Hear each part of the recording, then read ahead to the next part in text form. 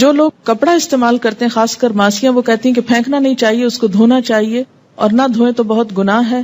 گناہ کی بات کہتے ہوئے تو میں ذرا جھجکوں گی، لیکن بات یہ ہے کہ 2-3 وجوہات سے اس بلڈ کو ڈسٹرائے کرنے کا اہتمام کرنا ضروری ہے. نمبر 1 تو یہ کہ نجاست ہے. اپنی نجاست کو کسی بھی انسان کے لیے، خواہ وہ سرونٹ سے کیوں نہ ہو، اس کے لیے کھلا چھوڑ دینا، کیا یہ انسانیت ہے؟ بتائیے مجھ کو. بعض لوگ ٹوائلٹس میں جاتے ہیں، پبلک ٹوائلٹس میں فلش نہیں کرتے. ایک بہت کامن مصیبت ہے ہمارے معاشرے میں.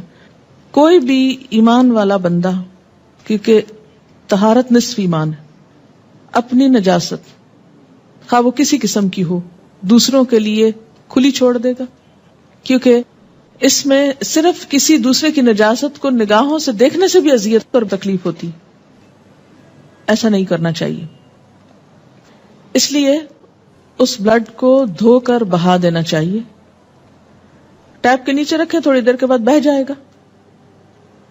اسی طرح اگر کوئی ایسا موقع نہ ہو تو کسی نہ کسی لفافے وغیرہ میں پیڈز ڈال کر پھینکنے چاہیے. ایک اور وجہ یہ ہے کہ یہ بات ریپیٹڈلی سننے میں آئی ہے کہ جو لوگ جادو کے لیے چیزیں استعمال کرتے ہیں کسی کی، ان میں ان کے بال، ناخن، کیونکہ جسم کا حصہ ہوتا ہے نا، یعنی کسی کے اوپر جادو اثر کرنے کے لیے ضروری ہوتا ہے کہ اس کے جسم کا کوئی حصہ ملے. تو جہاں بالوں کو کہتے ہیں احتیاط سے پھینکیں، جہاں ناخنوں کو احتیاط سے پھینکیں، وہاں پر خواتین کا جو حیض کا خون ہے اس کو بھی ڈسٹرائے کرنے میں احتیاط برتیں، کیونکہ غلط قسم کے جو جادو ہوتے ہیں اس میں نجس خون استعمال ہوتا ہے. یعنی نجس خون استعمال کیا جاتا ہے لکھنے میں یا کسی بھی طرح اس عمل کے اندر. بسا اوقات یہ پتلے بنائے جاتے ہیں، ان کو ان میں لپیٹ کے دفنایا جاتا ہے، بعض اوقات لکھا جاتا ہے اس سے، بعض اوقات بہت ہی غلط قسم کے کام ہوتے ہیں. اس اعتبار سے بھی اس کو ڈسٹرائے کرنا ضروری ہے. یہ بھی ہو سکتا ہے کہ گھر کے کسی کونے میں کوئی ایسی جگہ بنا لیں کہ جہاں ان کو جلایا جا سکے، کوئی ایسا ٹن وغیرہ رکھ کے ڈھک کے، یا سب سے آسان اور بہتر طریقہ تو یہ کہ دھو کے بہا دیا جائے.